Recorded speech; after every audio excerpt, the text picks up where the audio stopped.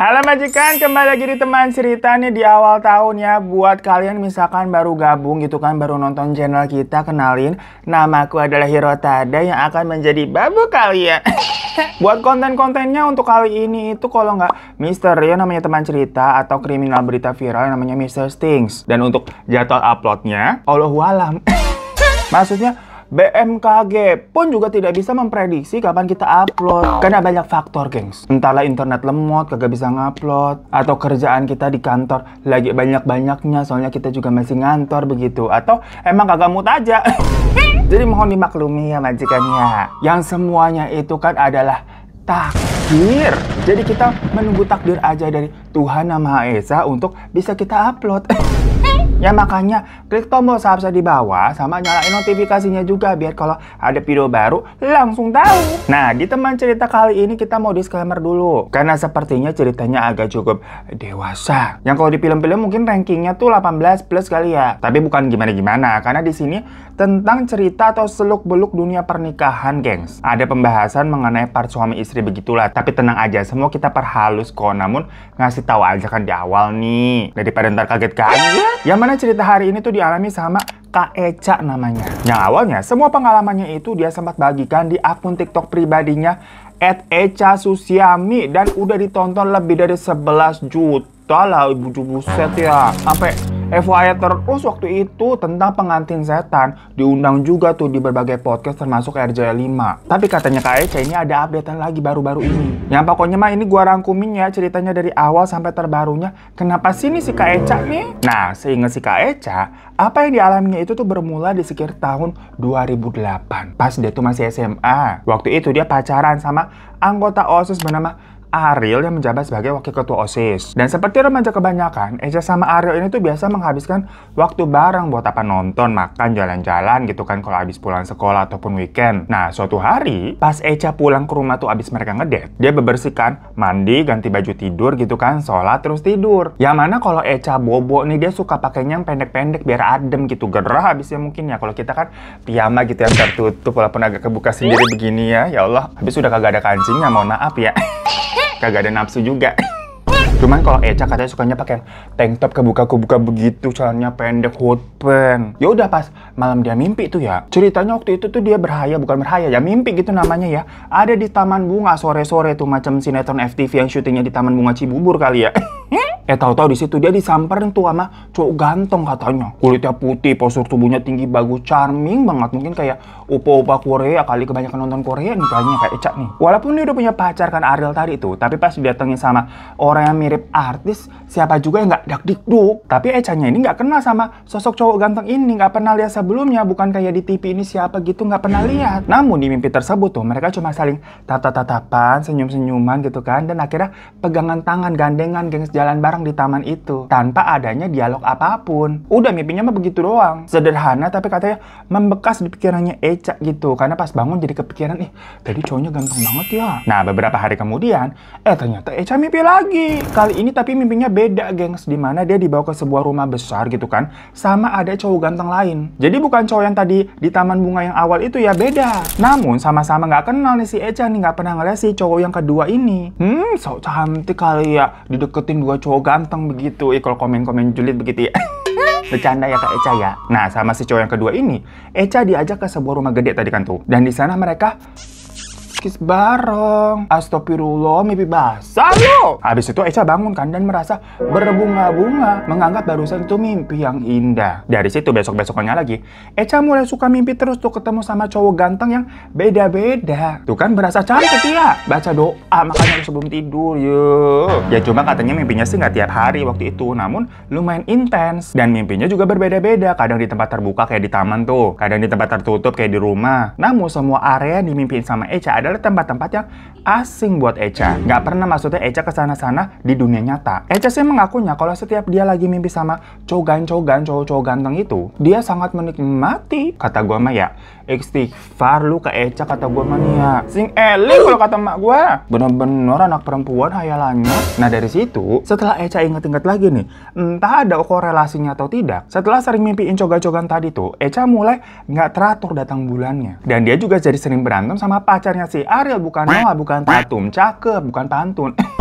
Sampai ada satu waktu, Echa sama anggota OSIS lainnya tuh ceritanya lagi beberes ruang OSIS nih. Di sana mereka ngecat ruangan biar tambah bagus. Sampai sore menjelang maghrib nih, udah hampir selesai tuh ngecatnya. Tiba-tiba si Echa melihat sosok penampakan hitam gede banget gitu berdiri di pojokan ruangan. Ya detik itu juga dia langsung nge-freeze, gemeteran, gak bisa gerak, gak bisa teriak, kaku aja gitu bawaannya. Teman-teman yang lain pada ngeliat Echa tiba-tiba aneh begitu langsung berusaha menyadarkannya kan, kayak ditepok-tepok begitu loh.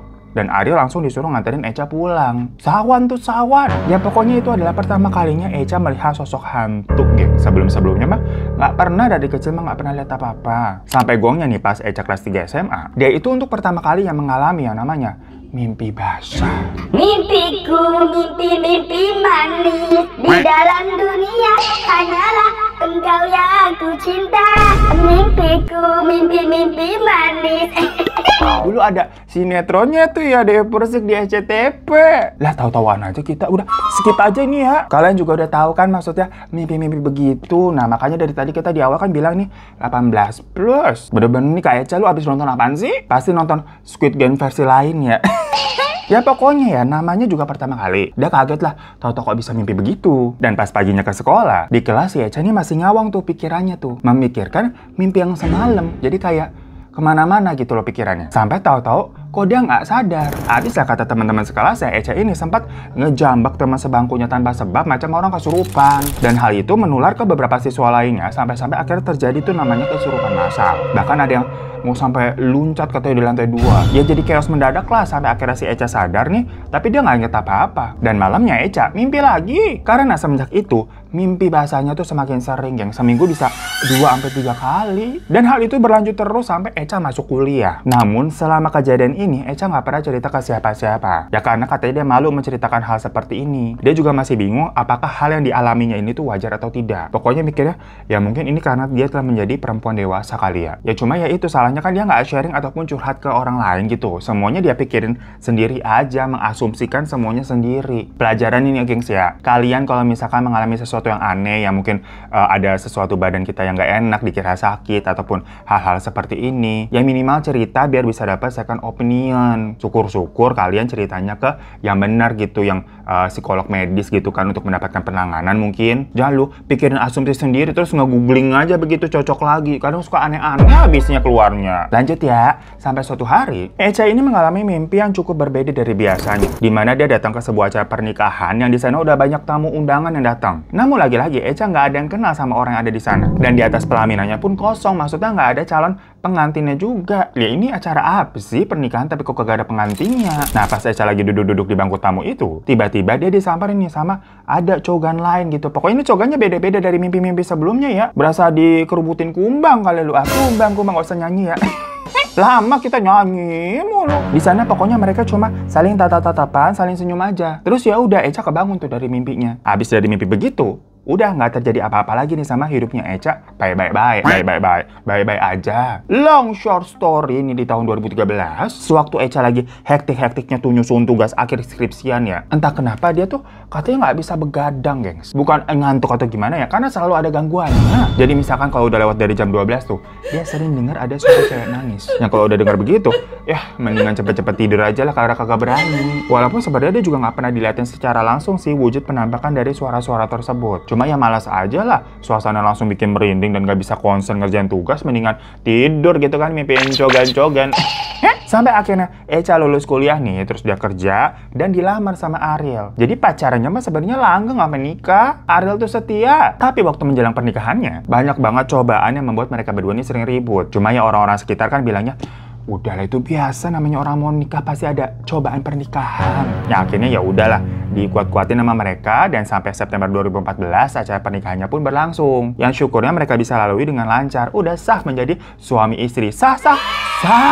Namun di malam pertama karena kelelahan mereka langsung tidur aja. Jadi tidak ada malam pertama begitu ya. Namun malam itu lagi-lagi si Echa mimpi basah dengan cogan lain, yang membuat Echa ini sebenarnya merasa bersalah tuh waktu bangun. Karena kan statusnya pas dilihat, lah udah ada Ariel, gue udah jadi istrinya, tapi mimpiin sama cowok lain. Dan entah kenapa nih semenjak menikah, mereka berdua jadi sering banget cekcok. Lebih sering cekcoknya tuh ketimbang zaman pacaran. Pokoknya nih Echa merasa ya, apapun yang dilakukan sama Ariel tuh salah. Terus macam, ngajak ngajak ribut. Padahal dari Arielnya udah berusaha untuk apa ya, menyesuaikan diri seperti kemaunya Echa gitu, tapi tetap aja dibilang salah. Hal itu sedikit banyak karena Echa ini selalu bermimpi akan cowok-cowok gantengnya apa perfect, men-treat dia bagai princess. Namun pas dia bangun kenyataannya suaminya tidak seperfect itu, namanya manusia gitu kan, penuh kesalahan gitu. Jadinya mungkin si Echa spaneng, agak ketinggian pemikirannya nih, hayal-hayal mulu sih. Macam punya kehidupan di dunia mimpi yang memang tidak sesuai dengan dunia nyata. Masalahnya ya, sampai pernah nih karena kesel si Echa mukulin dan ngeludahin suaminya, coba. Bener-bener ke Echa eling kata gue mah. Sampai nih ada fase nih, saking mungkin empatnya melihat suami yang selalu salah di matanya, Echa ini lebih memilih untuk udahlah tidur aja gitu. Abis berantem misalkan, dia mau tidur aja lah, mendingan ketemu sama cogan-cogan yang ada di mimpinya, bisa bikin lebih happy. Ya malahan sejak itu jatuhnya si Echa duluan yang suka geragas gitu merayu cogan-cogan yang ada di mimpinya itu, macam kayak cewek micet. Kalau ada gua di mimpinya gitu ya, gua jadi peran tetangga gitu, udah pasti kita omongin tuh.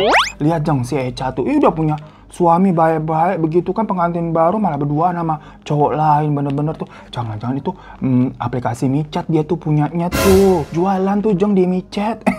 Bercanda ya, abisnya kita gregetan dengar ceritanya Kak Echa. Ya namanya juga waktu itu kan lagi orang hilaf, mungkin nanti kalian makanya dengerin sampai akhir ya. Ya pokoknya di situasi itu si Echa ini justru merasa makin nyaman. Dia berasa cantik gitu kan, diperebutkan sama cogan-cogan, diperlakukan bak ratu juga. Berasa kayak Erika Carlina kali ya, begitu. Eling cepetan lah Kak Echa lah. Tapi ada satu malam nih, di mana waktu Echa bermimpi, yang biasa ya dia disayang-sayang gitu kan sama para cogan, tiba-tiba dia dimarahin habis-habisan. Cuma Echa nggak tahu nih kalimat apa yang sebenarnya keluar dari mulut si cowok itu, karena bahasanya nggak pernah dia dengar. Namun dari ekspresinya, mukanya gitu kan kelihatan si cowok memang marah dan kecewa. Echa yang kaget dimarahin begitu sampai nangis-nangis gitu kan, minta maaf, walaupun Echa juga nggak tahu dia salah apaan. Pas bangun nih, anehnya ternyata si Echa nangis beneran. Tahu-tahu mukanya tuh udah sembab basah begitu loh. Yang setelah beberapa harinya Echa baru tahu kalau ternyata dirinya hamidun. Ya saat itu si Echa sama Ariel senang-senang aja dan hubungan mereka sempat membaik tuh. Tapi kebahagiaan itu tidak berlangsung lama karena Echa sama Ariel mulai cekcok lagi. Sampai Echa ini memutuskan untuk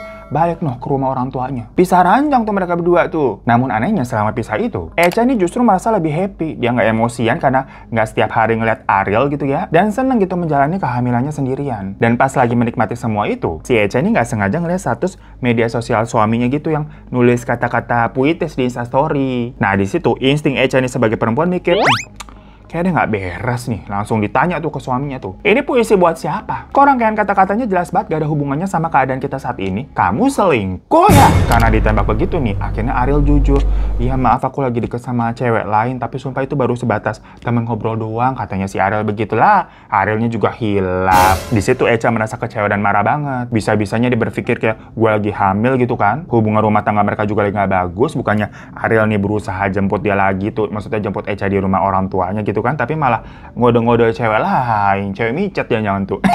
Tapi maksudnya kan si Echa juga dari awal ribet banget ya. Kemarin aja dia lebih milih bobo tuh ngimpi sama cogan-cogan lain ketimbang sama suaminya. Suka playing victim nih perempuan-perempuan. Jadi kita yang emosi. Pokoknya ya mohon maaf ya, suka begini kita kayak mama kalau lagi nonton sinetron. Pokoknya di situ Echa marah. Sementara Ariel juga sadar lah dia salah dan langsung minta maaf gitu kan, janji tidak bakal mengulangi lagi. Template pokoknya semua masalah hidup tuh yang salah adalah laki-laki.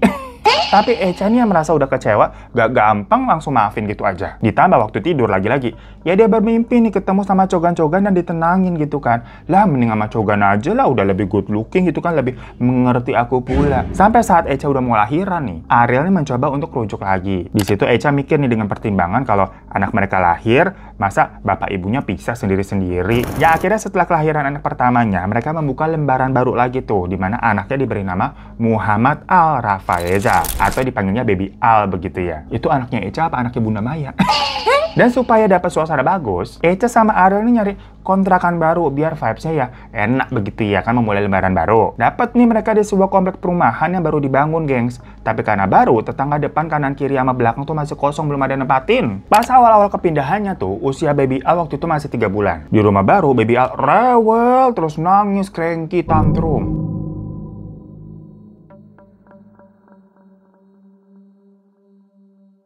Yang kata orang tuanya Echa tuh, jangan-jangan Hawa di rumah baru itu memang nggak cocok sama Baby Al. Namanya Baby kan suka sensitif ya. Akhirnya sama orang tuanya Echa dikasih semacam jimat gitu yang ada tulisan rajahnya buat si Baby Al. Dan sama Echa selalu diselipin tuh di baju anaknya. Dan setelah ada jimat itu, Echa nih ngerasanya kalau Baby Al memang jauh lebih kalem, gengs, jarang nangis. Namun si Baby Al ini kayak apa sih bilangnya, kayak nggak bisa lepas dari Echa gitu loh. Nggak mau ditinggal, apa-apa harus dipeluk, apa-apa harus nempel. Yang mana kalau si Baby Al lagi bobo, ya Echa harus di sampingnya ikutan bobo juga. Awalnya Echa mikir, wajar kali ya, mungkin ya namanya masih baik gitu kan, susah lepas dari ibunya. Tapi ternyata pas Baby Al ini masuk ke usia toddler, sekitar umur 2 tahunan, masih begitu juga kagak mau lepas, nempel terus. Sampai pernah tuh ditanya sama si Echa, "Adek kenapa sih apa-apa harus nempel sama ibu? Ibu kan nggak kemana-mana, kalau ibu ke toilet, ke dapur itu sebentar pasti balik lagi kok, ibu nggak pergi." Tapi si Baby Al itu waktu itu kosakatanya memang kan masih terbatas ya, anak umur 2 tahun. Dia jawab kayak, Takut, adek takut. gitu doang. Sempat juga sebenarnya Echa sama Ariel nih nanya-nanya ke Ustadz di dekat rumahnya. Kayak, ini kenapa ya Pak Ustadz, ke anakku kayak sensitif sekali, sampai-sampai di rumahnya tuh sering takut, nggak mau ditinggal. Dan menurut si Ustadz nih, di area tempat tinggalnya Echa itu memang ada jin penunggunya. Nggak jahat sih, tapi penampakannya memang serem aja, yang wajar mungkin kalau anak-anak yang bisa lihat tuh jadi ketakutan. Si Ustadznya pun juga bahkan sempat nyebut spesifik posisi jinnya itu katanya sering mondar-mandir di samping rumah yang kosong. Jadi kan tetangga-tetangganya tuh kosong. Dan kebetulan memang benar, di samping rumahnya Echa tuh ada jendela. Yang setiap kali jendela itu dibuka, si Al pasti selalu nangis kejar gitu, minta jendelanya ditutup aja, sampai kordennya juga ditutup. Makanya selama beberapa tahun si Echa udah tinggal di situ, jendela di samping rumah itu tuh nggak pernah dibuka sama sekali. Lanjut lagi ya, sampai di sekitar tahun 2019, Echa sama suaminya akhirnya memutuskan untuk pindah rumah aja di daerah Cikarang kali ini. Tapi ternyata tidak jauh beda, karena rumah yang baru yang di Cikarang itu, tetangga sebelahnya nggak ada juga, alias kosong. Awal-awal nih, hampir tiap malam sekitar jam 11, Echa katanya sering mendengar ada suara orang ngetok-ngetok di tembok sebelah rumahnya tuh. Yang mana kan tembok mereka jadi satu nempel sama tetangga. Masalahnya kan tadi udah dibilang, sebelah tuh kosong, kagak ada orang. Siapa yang ngetok-ngetok jam 11 malam juga posisinya. Echa sempat nanya ke suaminya kayak, "Yang, kamu dengar suara ketukan nggak? Itu siapa sih malam-malam begini? Sebelah kan kosong." Tapi suaminya juga nggak ngerti ya itu siapa ya. Nah akhirnya setelah 2 tahun tinggal di rumah baru itu yang di Cikarang tadi, akhirnya Ariel juga diganggu. Jadi waktu itu di tahun 2021, ceritanya Echa sekeluarga nih abis dari rumah orang tuanya di Bandung, terus pulang kan ke Cikarang, yang mana mereka keadaannya udah capek semua tuh, langsung beres-beres, bersih-bersih dan masuk ke kamar masing-masing. Maksudnya sih, suaminya Echa nih Ariel masuk ke kamar utama, sedangkan Echa nidurin Al di kamar anaknya. Waktu itu pokoknya Al ini udah umurnya 5 tahun, dan biasanya memang harus ditemenin dulu sampai tidur, baru Echa bisa pergi ninggalin. Tapi berhubung Echa juga lagi capek banget keadaannya ya, pas Echa lagi ngelonin Al, dia juga ikut ketiduran di situ. Sementara Ariel yang tidur sendiri nih mengalami mimpi yang aneh. Dia katanya digigit tikus dan digerayangin ular. Ya, geli banget kita ya. Sampai kagetnya, saking gelinya dia sampai kebangun. Tapi pas mau nyoba untuk tidur lagi, si Ariel nih denger suara TV nyala tuh di ruang tengah. Yang dikira mungkin itu Echa belum tidur lagi nonton TV. Jadinya Ariel memutuskan untuk nyamperin Echa tuh. Tapi ternyata di ruang tengah nggak ada siapa-siapa. Namun TV-nya beneran masih nyala. Loh, siapa nyalain gitu? Apa tadi Echa memang sempat nonton terus ke kamarnya si Al lupa matiin? Ya karena nggak mau ambil pusing gitu ya, udah ngantuk juga, dimatiin aja tuh TV-nya dan Ariel balik ke kamar. Di situ dia dengar ada suara Mbak pun ketawa, langsung lari nih si Ariel ke kamar. Besoknya nih pagi-pagi niat nih Echa mau bangunin suaminya itu untuk sholat subuh. Tapi ternyata Ariel udah kebangun karena dia nggak tidur, emang abis dengar suara Mbak Kay itu kagak bisa tidur. Baru kali itu pertama kalinya akhirnya Ariel nih merasa ketakutan, gengs, diganggu. Baru ngerasain. Pernah juga nih waktu Echa mau nyuci baju gitu kan pakai mesin cuci. Nah kebetulan mesin cucinya itu ada di kamar mandi belakang yang memang jarang dipakai. Jadi dipakai buat nyuci doang lah. Dan biasanya si Echa nyucinya juga jarang, kayak 2 minggu sekali. Di situ Echa nih ngelihat kayak ada banyak belatung di lantai, gengs.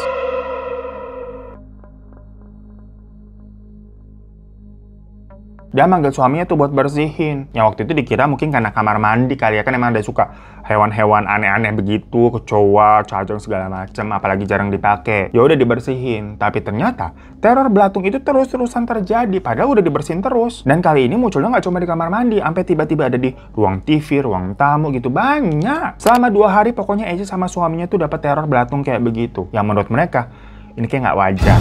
Singkat cerita, kakaknya Echa akhirnya merekomendasikan nih seorang ustadz yang akhirnya mereka panggil ke rumah. Dan rumahnya Echa itu diruqyah sama si ustadz ini. Yang katanya, belatung-belatung itu adalah kiriman. Malahan selain belatung, keluarganya Echa juga dibilang dikirimin kuntilanak yang ditaruh di kamar mandi belakang. Sama ada anak kecil juga ditaruh di atas lemari pakaian di kamar utama. Habis sudah dirukiah nih rumahnya sama Pak Ustadz, awalnya memang sempat tuh belatungnya udah nggak muncul-muncul lagi. Tapi selang beberapa minggu kemudian, kembali lagi tuh belatung-belatung. Tiap pagi muncul di depan teras rumah. Ya memang kali ini munculnya nggak di dalam area rumah ya, tapi di depan teras tuh di luar gitu. Sampai yang Eca nih awalnya jijik gitu kan ngeliat belatung, lama-lama mau nggak mau harus beresin tiap hari. Bapaknya Eca yang mengetahui hal ini langsung ngirimin Ustadz dari kenalan temannya di Garut tuh, namanya Ustadz Epul. Jadi beda lagi. Itu rumah pokoknya sampai udah didatengin 3 Ustadz berarti. Nah, Ustadz Epul ini datang sama satu rekannya namanya Pak Dedi yang biasa menjadi mediator dan perantara gitu katanya. Waktu lagi meruqyah untuk kesekian kalinya rumah tersebut, Pak Dedi ini sempat dimasukin sama penunggu yang ada di sana. Dimana penunggu situ tuh bilang kalau bukan mereka yang ganggu keluarganya Eca. Jadi penunggu rumahnya itu ngakunya memang itu semua bukan ulah mereka. Habis kelar baca-baca mediasi nih, Eca sama Ariel ditanya-tanya tuh sama Ustadz Epul. Teh, maaf nih, saya mau nanya pertanyaan tapi memang agak pribadi, tapi kalau bisa dijawab jujur ya Teh ya. Teteh pernah mimpi ketemu sama cowok nggak? Di situ Eca langsung kayak dek gitu. Kok tahu nih Ustadz Epul nih? Padahal selama ini kan Eca nggak pernah cerita ke siapapun, even ke orang tua, saudara, teman, suaminya aja juga nggak tahu. Benar-benar semua dia simpen sendiri. Tapi karena ngerasa percuma juga kali ya bohong ke Ustadz Epul ya. Akhirnya Eca jawab nih kayak, iya Ustadz pernah beberapa kali. Dengar begitu Ustadznya lanjut tanya lagi. Teteh pernah mimpi datang ke pernikahan? Dijawab nih sama si Eca. Iya Ustadz pernah sekali doang tapi ditanya lagi. Nah ini punten maaf ya, kalau mimpi berhubungan dengan laki-laki yang mungkin Teteh nggak kenal pernah. Eca sempat diem tuh ragu-ragu jawabnya sampai akhirnya sering Pak Ustadz. Di situ si Ariel dengarnya juga kaget loh. Sama siapa? Cowok yang mana? Ya pasti nggak nyangka lah. Ya akhirnya Eca kan klarifikasi jawab ya. Aku juga nggak tahu, itu kan mimpi doang. Aku pun nggak pernah ngeliat ataupun kenal sebelumnya di dunia nyata. Akhirnya sama si Ustadz nih bilang, maaf Teh, Kang gitu. Tapi kayaknya si Teteh ini udah lama dinikahi sama jin. Dan jin tersebut jatuh cinta sama Teteh. Yang gawatnya lagi, sepertinya Teteh ini memang sudah punya anak dari jin tersebut di dunia sana. Eca sama suaminya langsung lihat-lihatan, mereka bingung. Hah, nikah sama jin? Emang bisa sampai punya anak? Kapan nikahnya? Teteh pernah ngerasa mimpi main sama anak kecil juga nggak? Pas Eca inget-inget kayak, oh iya pernah Pak Ustadz. Bahkan baru-baru ini memang aku sempat gendong, tapi itu bukan baby Al. Dan aku lihat banyak anak-anak lain main di sekitar aku. Ya cuma Eca kira itu mimpi random biasa aja. Tapi yang bikin Eca ini tambah lemes adalah si Ustadz Epul nih malah bilang, anak-anak yang lagi main sama kamu dan kamu gendong itu adalah anak-anak kamu dari para jin yang kamu temui di mimpi-mimpi kamu.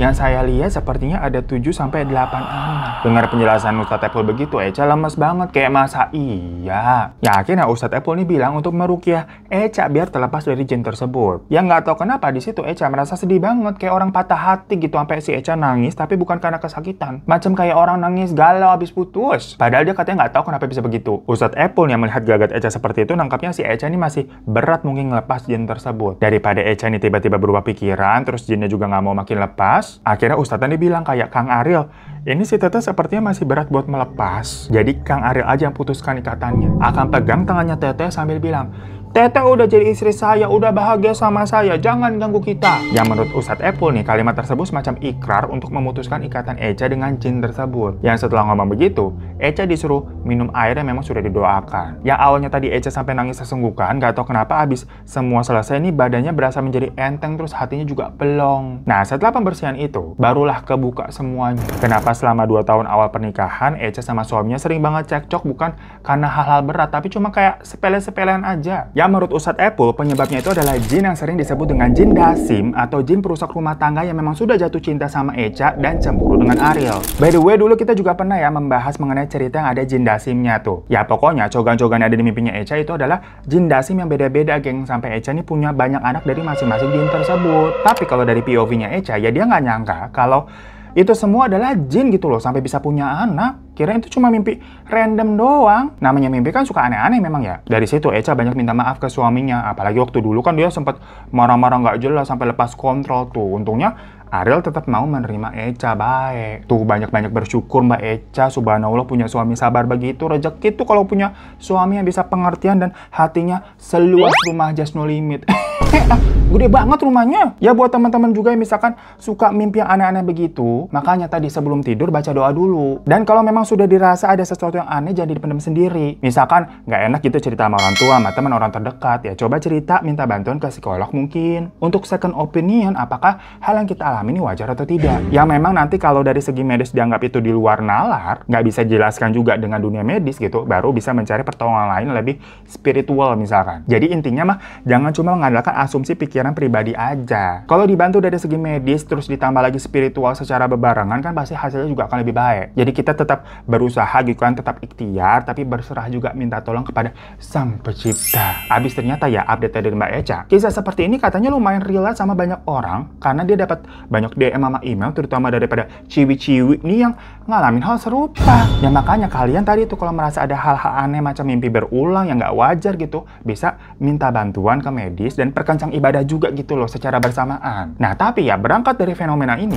cerita dari Kak Eca itu juga akhirnya diangkat menjadi film judulnya Pengantin Setan yang bakal tayang di bioskop bentar lagi nih tanggal 16 Januari 2025. Jadi minggu depan. Untuk trailer filmnya sendiri tuh udah tayang gengs. Yang jujur kata gue mah serem. Kalau tadi ceritanya Kak Eca nih mungkin masih versi sopannya ya. Cuman kalau pas kita nonton trailer Pengantin Setan tuh, itu hardcore banget. Nama juga film kali ya, bener-bener mencekam. Kita tonton coba nih.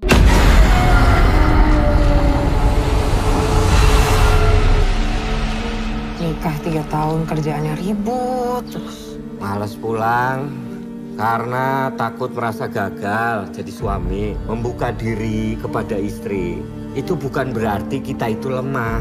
Berhubungan itu untuk mengungkapkan ekspresi perasaan kau. Hamil? Ini sudah 3 bulan. Sehat ini bayinya. Ya kan kita baru berhubungan beberapa hari yang lalu. Kamu udah hamil 3 bulan. Logis kan?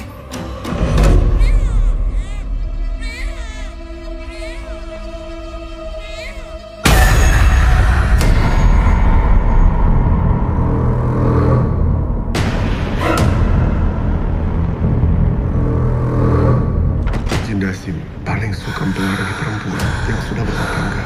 Dia selalu memberikan bisikan-bisikan yang membuat sang perempuan menjadi emosional. Tujuannya adalah... Dokter nggak percaya. Sekarang Ustadz juga nggak percaya.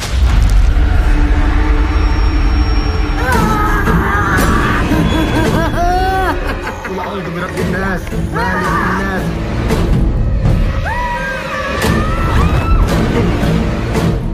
Saya masih bisa ngerasain.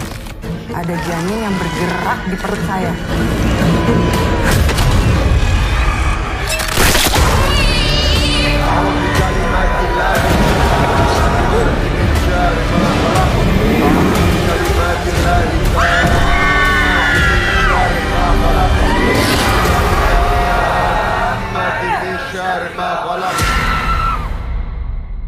Tuh kan, serem kan? Tapi yang main Mbak Es. Lah kalau itu mah kagak heran ya banyak yang naksir sampai jin-jin juga. Jadi wajib banget film ini tuh masuk list rencana nonton bulan ini sama temen-temen sama pasangan gitu kan. Bawa bareng-bareng tuh nonton bareng begitu. Jangan sendiri ya lo nonton, nyantar ditemenin sama Jin Dasim. Coy ogah. Ya udah segitu aja ya ceritanya. Kali ini majikan ya. Makasih buat kalian pada nonton. Tapi jangan lupa juga nanti tanggal 16 Januari ini ke bioskop buat nonton Pengantin Setan. Dan sampai jumpa lagi di teman cerita selanjutnya. Assalamualaikum warahmatullahi wabarakatuh. Janganlah takut cerita